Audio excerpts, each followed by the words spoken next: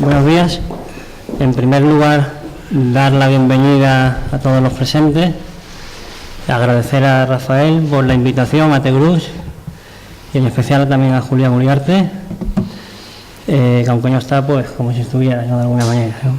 De alguna forma, bueno, hay poquito tiempo, ¿no? En principio, hablaros de Redigma, es una red de ingenieros consultores medioambientales formados por distintos ingenieros del ámbito de la ingeniería sanitaria, ingeniería ambiental. Bueno, soy profesor de universidad, me dedico también a la investigación y hemos conseguido hacer un entramado de ingenieros que vamos repartiendo trabajos relacionados con grupos de trabajo de vertederos y suelos contaminados. Tenemos una implicación grande con Tegrús, con la que llevamos trabajando tiempo. Y bueno, en principio, no sé, sabéis que Tegrús hizo unos observatorios sobre el estado de plantas y de vertederos durante una serie de años, que es una información que está a disposición. Y un poco la ponencia, quizás siendo la primera, pues nos va a comentar un poquito el estado de los vertederos en cuanto a fases de desgasificación, ¿no? Hablar de una fotografía de vertederos o una fotografía de cómo se encuentran los vertederos a nivel de España, pues no es fácil, ¿no? Es complicado, ¿no? Pero hay una serie de ideas un poco generales. En principio, todos los vertederos están forzados a una legislación. Digo forzados porque de alguna manera la legislación va por delante de lo que es la propia explotación del vertedero. Y hay un tema concreto que es lo que hace referencia al tema de los gases, ¿no? Hay que desgasificar y esa desgasificación de alguna manera es obligada, ¿eh? Cuando se desgasifica un vertedero, pues tenemos un problema que es la posibilidad de aprovechar energéticamente ese gas, ¿no? El vertedero funciona como un biodigestor abierto, aire libre, y dependiendo de sus hectáreas, su longitud, sus metros cuadrados, pues ese biodigestor se complica o no. Funciona activa o pasivamente referente a las emisiones que está realizando, ¿no? Entonces, en principio, tenemos vertederos en España donde en la fase de desgasificación se está empezando por obligación a desgasificar y por obligación se está intentando optimizar la desgasificación, bien internamente dentro de la planta, que es un poco la tendencia actual por la legislación, y la ausencia o el parón que ha habido en las subvenciones de aprovechamiento energético en la red, o bien vendiendo o aprovechando en la propia planta, ¿no? Entonces, bueno, en principio esa obligación de desgasificar. Y otra cosa que también me parece, otro punto que me parece importante, es el estado de saturación de los vertederos. Es decir, los vertederos tienen una construcción que los que estamos aquí la conocemos de hace 10, 15 o 20 años, en donde, bueno, la explotación ha ido poco a poco mejorándose, pero en definitiva hay mucho líquido dentro de los vertederos, ¿no?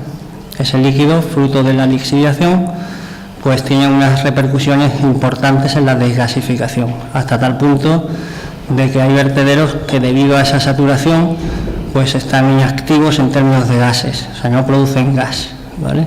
O producen gases de forma inhibida o en fin, no está optimizada la generación de gas. Otra vertiente interesante de los vertederos en España es que en España se ha tendido siempre a intentar controlar la emisión. Controlar la emisión, muchos explotadores han entendido que es que no salga nada de ahí.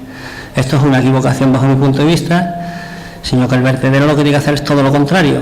Hay que permitir que salga. Es decir, es necesario que el vertedero eche gas y eche lixiviado. Lo único que hay que hacer es, bueno, el reto es intentar controlar esta emisión, no intentar que no salga, sino intentar que salga e intentar controlarla de la mejor manera posible.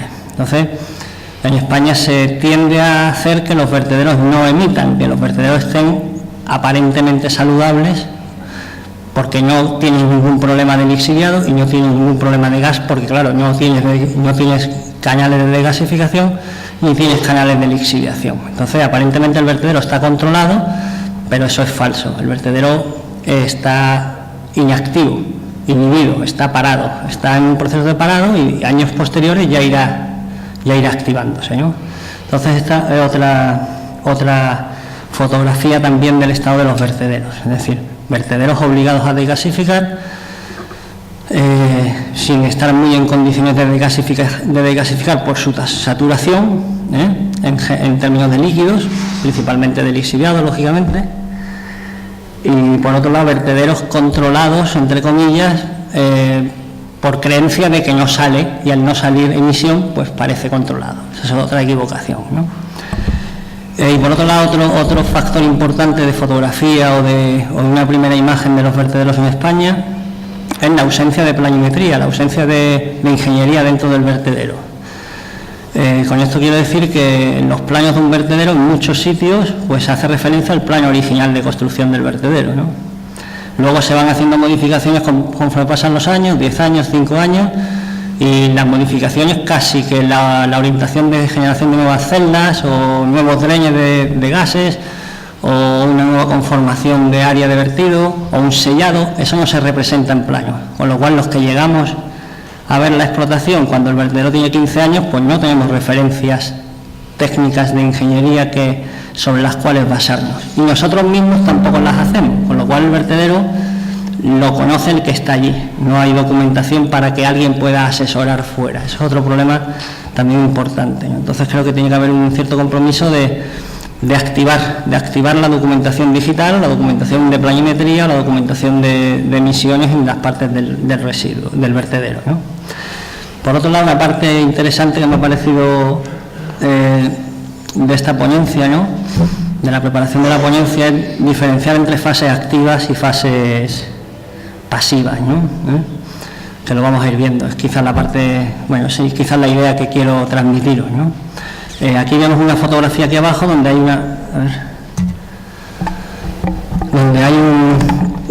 masa de vertido y hay una desgasificación, ¿no? Entonces, bueno, esta es un poco la idea, que nos preguntemos todos qué partes del vertedero están activas y qué partes del vertedero están inactivas o qué partes del vertedero están clausuradas. Esto no es fácil responderse a esta pregunta, ¿no? En principio hay muchas fases de vertido o de vertedero. Está el proyecto, no estamos hablando de ello, está la propia explotación del vertedero, que es un poco la idea de estos 10 minutos, va orientada a esta fase. Está la clausura del vertedero y está la reinserción del vertedero. Son fases totalmente distintas, es como un niño que funciona con edades distintas y comportamientos totalmente diferentes. Esto también es interesante que lo marquemos, ¿no? Y después está el concepto de fase activa o fase inactiva. Activa significa que eso está latiendo, está vivo, está activo, e inactiva pues que está paralizado, ¿eh? Activa no significa frente de trabajo, un poco en la idea inicial. No es que cuando hay un frente de trabajo sea una zona activa. Primero habría que identificar activa respecto a qué. Hay zonas que están activas porque están produciendo biogás y sin embargo esa misma zona está inactiva en la generación de lixiviados. Hay zonas que están activas porque están produciendo deslizamiento, etcétera. O sea, hay que identificar qué zonas llamamos activas y activas respecto a qué emisión está activa o está inactiva, ¿no? Hasta tal punto que puede haber zonas clausuradas, que cualquiera de nosotros llegamos a un vertedero y decimos aquella zona está clausurada, y a lo mejor aquellas zonas yo no la llamaría clausurada, la llamaría activa. Clausurada no significa que está sellada parcialmente, sino, bueno, clausurada significa que está estabilizada, que ya no va a generar ninguna emisión o las emisiones que produce son muy pequeñas, ¿no? En principio hay una herramienta fácil para determinar cuáles zonas están activas e inactivas de un vertedero, que es mediante unos elementos estructurales que he llamado yo aquí, o unos factores, humedad, densidad y materia orgánica. Si nosotros vemos un vertedero de lejos, si supiéramos la humedad, la densidad y la materia orgánica de cada área, pues podemos decir zonas que están más activas y zonas que están menos activas. Esta sería una definición fácil de hacer y que ni esta existe en los vertederos, ¿no? Los vertederos grandes realmente la densidad pues es dudosa, se habla de una densidad conjunta para todo el vertedero, con lo cual eso no es cierto, se habla de una humedad conjunta para todo el vertedero, con lo cual tampoco es cierto, y se habla de un contenido orgánico de degradación igual para todo el vertedero, con lo cual tampoco es cierto, ¿no? Entonces es interesante que cada vertedero tiene su isolínea, su plano de alguna forma de identificación de estos elementos, ¿no? Su humedad, etcétera, porque estos tres elementos son los que activan el vertedero, los que hacen que el vertedero funcione o no funcione. Vertederos con mucha humedad y sin materia orgánica, pues no activan, ¿no? Vertederos con mucha materia orgánica y sin humedad, pues no activa. ¿No activa respecto a qué? Pues no activa respecto a biogás, que es un poco la orientación, ¿no? Entonces aquí tenemos un vertedero y tenemos una visión panorámica, ¿no? Entonces es interesante pues, preguntarse qué áreas están activas y qué áreas están activas respecto a biogás, a lixiviación, asentamientos, a una mezcla de esta emisión, etcétera, ¿no? La misma pregunta nos podemos hacer de áreas inactivas y otra pregunta referente a ¿estamos seguros de que ese área está clausurada? Es decir, ese área es en cuanto a emisiones es controlada. Y vuelvo a repetir, no significa que el área no esté echando emisión. Si un vertedero no echa emisión, yo creo que no es motivo de tranquilidad, sino de todo lo contrario, de intranquilidad. Entonces, clausurada, no emisión, eso no tiene por qué ir junto y de hecho no va junto, ¿no? Bien, esta misma fotografía, pues podemos ver áreas, esto es un ejemplo, ¿no?, de áreas saturadas, donde tenemos una masa saturada. Vuelvo a repetir ejemplos, esto simplemente he utilizado la fotografía para dar una explicación, ¿no? Mientras que esta área puede estar activa respecto a la generación del biogás. Pero no solo hay que llegar a este punto, sino incluso decir respecto a la generación de biogás, pero ¿qué biogás, qué cantidad de gas me echa cada área, ¿no? ¿Qué cantidad de asentamiento y a qué se debe el asentamiento? Entonces el vertedero empieza a coger otra perspectiva, ¿no? Una perspectiva en la cual pues se va marcando y se va conociendo cómo va funcionando cada una de las áreas en función del comportamiento de degradación que tiene el vertedero. Y ahí viene la posibilidad de activar o de inactivar áreas para el aprovechamiento energético, para el aprovechamiento de biogás. Por ahí va un poquito la idea de la ponencia, ¿no? Entonces, en principio, estamos desarrollando una metodología y aplicándola a vertederos, ¿no? A vertederos en donde aparece esta problemática, la necesidad de desgasificar, la necesidad legal de desgasificar y el reto de conseguir que esa desgasificación se traduzca en economía para la propia planta o en economía externa. La de la economía externa está parada, pero en cualquier momento se abrirá. Y entonces no solo tenemos que desgasificar, sino que tenemos que intentar optimizar la desgasificación. Y para optimizar la desgasificación tenemos que conocer cómo está el vertedero en cuanto a la actividad más activa, menos activa en cuanto a la generación de biogás. Un poco por ahí va. Entonces, identificar las áreas de actividad, identificar las variables que influyen en cada área de actividad. Esto es un poco el esqueleto de la metodología. Con respecto a asentamientos, biogás, lixiviado, una mezcla de emisiones. Rezar de que el vertedero esté emitiendo, eso es una cosa positiva, que emita el vertedero significa que está degradando, y si está degradando significa que está estabilizando, y lo mejor que le puede pasar a un vertedero es que esté estable para controlarlo, con lo cual es muy bueno que esté sangrando, que esté emitiendo. Planos comparativos de comportamiento de emisiones según tipos de áreas, y se van generando en el vertedero mediante una modelización algorítmica, pues se van generando en el vertedero planos de isolíneas. Isolíneas son una estructura como las curvas de precipitación, de un plano de precipitaciones, pero referente al potencial de asentamiento, planos de isolíneas referente al potencial de gas, planos de isolíneas referente al potencial de generación de lixiviado o planos de isolíneas mezcladas de estas emisiones, ¿no? Con lo cual el vertedero ya no se habla de que tiene una generación de gas X, sino que ese área tiene una generación de gas X y está generando sulfídrico, este área tiene una generación de gas X más 1 y está generando metano, ¿vale? Con lo cual la zona activa de metano es esta y no es todo el vertedero. Con lo cual, si queremos producir metano, tendremos que activar estas otras áreas para que también consigamos metano aquí, ¿vale? Un poco esa es la idea, ¿no? Entonces, prioridad de mitigaciones, lógicamente, prioridad de gasificación y prioridad de generación de asentamiento. Siempre se habla de 3 emisiones en los vertederos que hay que controlar y que hay que generar que se produzcan: los asentamientos, los biogás y el lixiviado. Eso es conocido por todos, ¿no? Todo esto lo que hace es orientar al control, acondicionamiento del vertedero, activar el vertedero, actualizar el vertedero y orientar las labores finales de sellado y de reinserción. Bueno, utilizando la misma foto, no corresponden, este vertedero es uno y este vertedero es otro diferente, Yo he forzado la foto. Masas saturadas, asentamientos y consolidación. Vemos sistemas de drenaje, vemos masas saturadas, efectivamente. Entonces la pregunta es que si nosotros cerramos aquí con material de cobertura, como está este talud, muchos podemos pensar de que es una zona inactiva, o que está cerrada o que está clausurada. Y sin embargo, fijaros el problema que hay aquí, donde si te acercas a la fotografía, pues veis que este charco de agua, que es lixiviado, lo que está haciendo es burbujeando, parece una paella, ¿no? O sea, está muy activo en cuanto a la generación de gas y en la generación de lixiviado.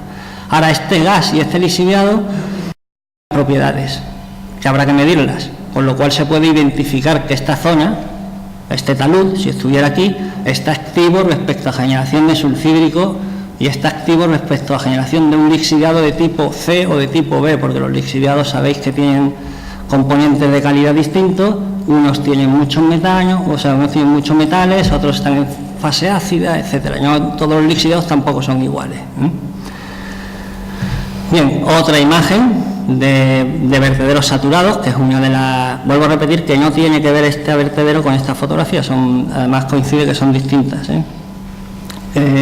Vertederos saturados, masas saturadas de residuos, y en definitiva una conclusión que he podido sacar de todos los ensayos y todas las pruebas de esta metodología es que la humedad regula un poco las actividades de las zonas. La humedad de la masa de residuos regula las actividades de las zonas. Entonces, bueno, también he concluido que hay celdas jóvenes y celdas antiguas que tienen que ver con 3 años. Esa es otra idea también que lanzo. Es decir, el comportamiento de una celda vieja no es que estemos hablando de 5, 6, 7 años, sino que a partir del segundo o tercero año ya tiene un comportamiento muy distinto a otro tipo de celdas que son celdas nuevas. Aquí hay algunas características que quizá tampoco sean ahora relevantes: elevada porcentaje de humedad, pH bajo, alcalinidades, etcétera, unas características, ¿no? Y aquí aparecen otras características que ya son más difíciles de definir. La humedad ya es más variable. En la fase de descomposición se empiezan a producir metanos, empiezan a producir gases. Sabemos que si estamos hablando de aprovechamiento energético, vamos fijados a buscar metano, que es lo que me produce aprovechamiento energético. Si no hay metano no me interesa desgasificarlo, no porque esté obligado, sino porque es que es mejor que un vertedero esté respirando a que no esté respirando. Pero si consigo gases que no son metano, pues no tienen valorización energética, ¿no? En las celdas antiguas el pH se va convirtiendo en neutro, empiezan a haber ausencia de ácidos volátiles, y bueno, estas son palabras como de tiempo. Bien, ¿no? Bueno, ausencia de ácidos, estos son parámetros de calidad. En definitiva, aquí hay un elemento de importancia que es conocer el lixiviado, conocer qué propiedades tiene el lixiviado, cuál es el pH del lixiviado, cuál es la concentración de ácidos volátiles del lixiviado. Eso nos va a dar mucha información de la fase de descomposición que está el residuo, y por lo tanto nos va a dar mucha información de la actividad que esa masa donde ese registro de lixiviado cogido tiene, ¿vale? Bien, nuevas variables que estamos manejando y que estamos manejando este modelo para optimizar lo que es por ejemplo en Andalucía, la recirculación de lixiviados. En Andalucía hay muchos vertederos que hacen recirculación de lixiviados. Esa recirculación de lixiviados la hacen por varios motivos. Primer motivo, pues porque es muy caro tratar el lixiviado mediante procesos de ósmosis, etcétera.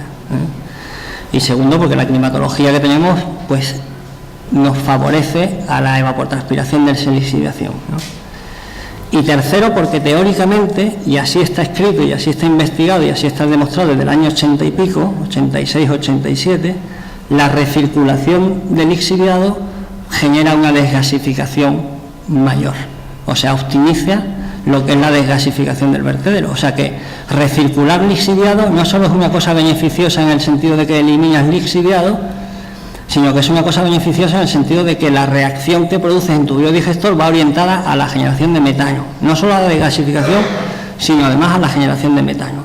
Con lo cual, si uno quiere desgasificar un vertedero, no es mala estrategia recircular lixiviación para activar el residuo y producir metano. No es lo mismo que una manzana reaccione con agua a que reaccione con lixiviado. Cambia la cosa totalmente.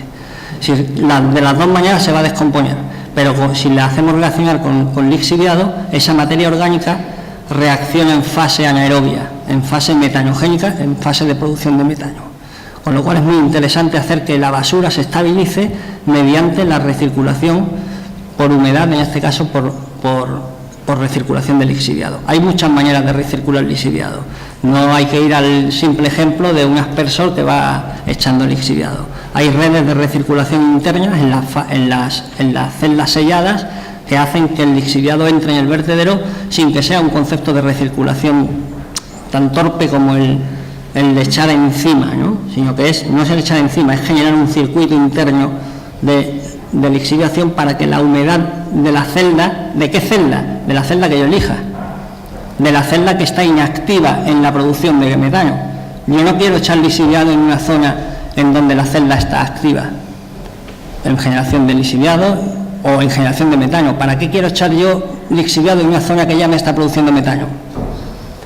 Lo único que puedo conseguir es inactivarla, precisamente. Estoy hablando un poco en términos generales, no es tan sencillo luego, ¿no?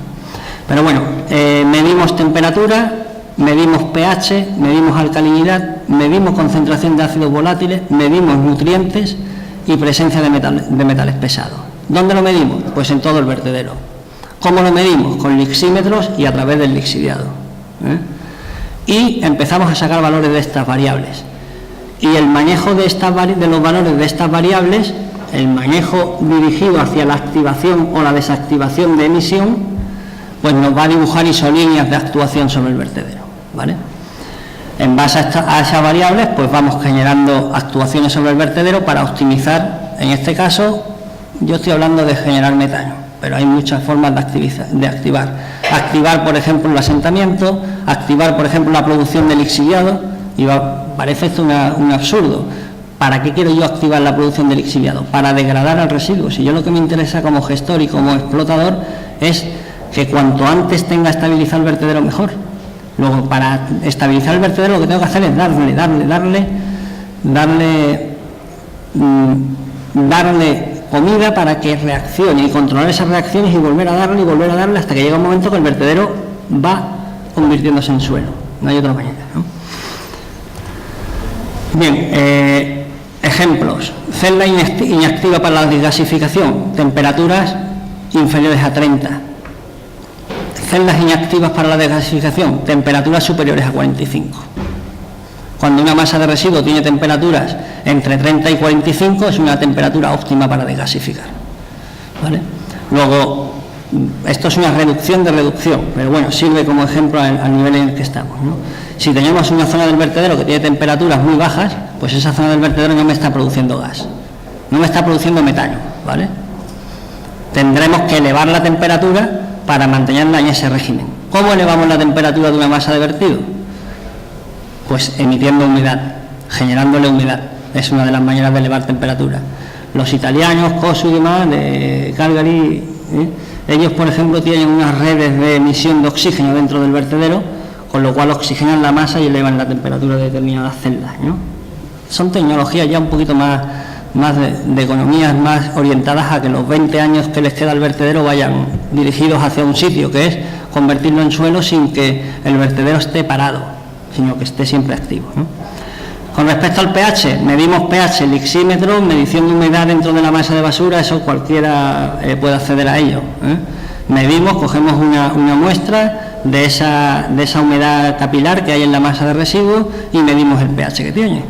Bueno, pues el pH nos indica cómo está de activa o de inactiva esa masa de residuos en cuanto a la generación de gas. Si esa masa de residuos está inactiva, por la variable pH, que luego lógicamente se mezcla con la de humedad y se mezclan todas, pero lo que hay que hacer es subirle o bajarle el pH. ¿Cómo se sube y se baja el pH? Introduciendo lixiviado, que hace que varíe el pH de la masa de residuos.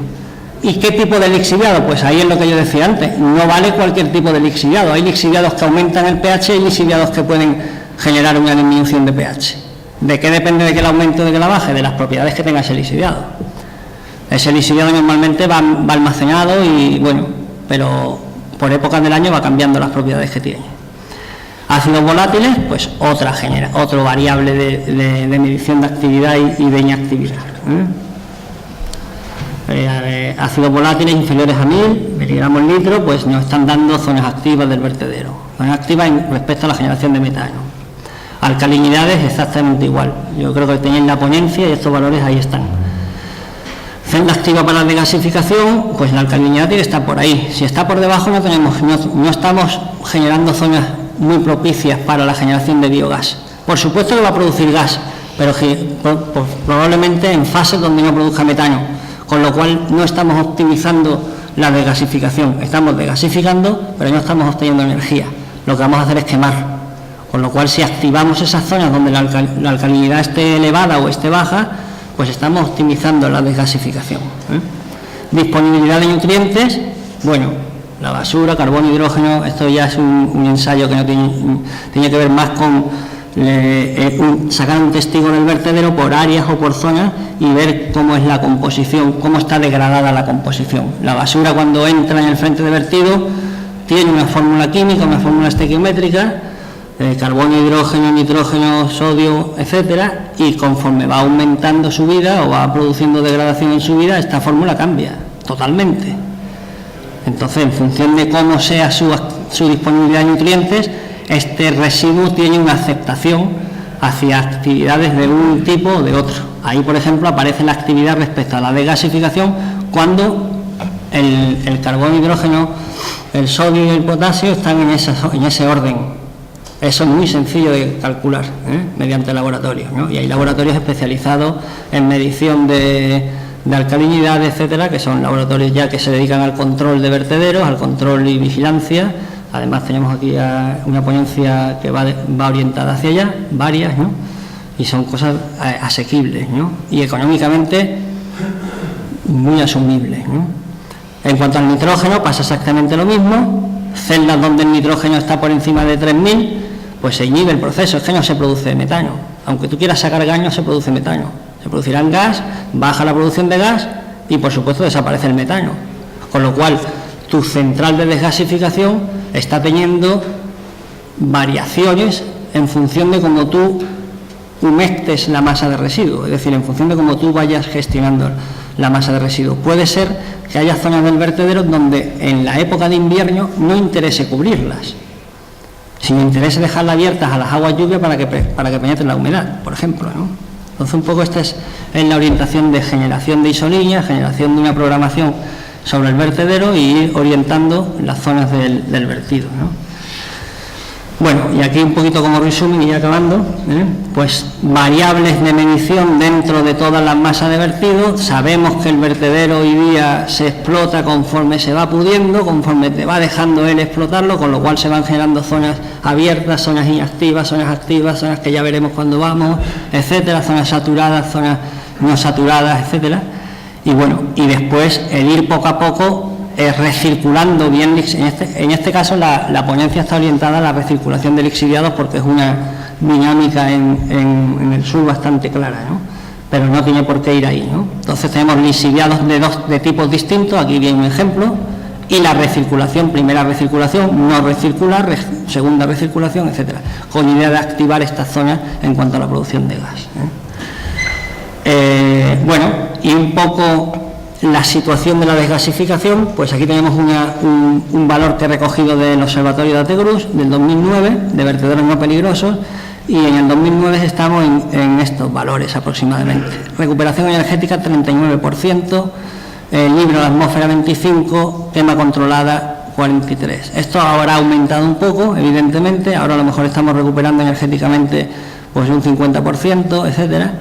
Pero la ponencia va un poco dirigida a que esta recuperación energética, qué beneficios está teniendo, ¿no? O qué rendimientos positivos energéticos está teniendo. Esto es lo que creo que todavía no está implantado o está por implantar, y creo que es interesante. No solo saber que estamos recuperando energía, sino también saber qué calidad de energía estamos recuperando. Y esto, lógicamente, viene por conocer la actividad de las áreas de vertido en las que estamos, ¿no? Entonces, a lo mejor de este 39% de recuperación energética, el 30% de esta recuperación energética es deficitaria. Deficitaria en términos de que no funciona, no está optimizada, está produciendo beneficios casi obligados por legislación, pero quizás pues haya una manera de optimizar esta recuperación energética, no solo de producir recuperación energética, sino de optimizar la recuperación energética. Ya hemos acabado, o sea que hemos llegado justo, ¿no? Y esta era un poco la idea, el planteamiento, la reflexión, que en 10 minutos pues esto lo da tiempo, quizá un poco rápido, pero básicamente el ver que hay una fotografía de vertederos en donde hay una saturación, una ausencia de planimetría, una ausencia de ingeniería y una obligación de gasificar, y que en base a eso hay que intentar degasificar, pero degasificar mediante el reconocimiento de zonas activas y zonas inactivas, ¿eh? Un poco esa es la idea. Muchas gracias.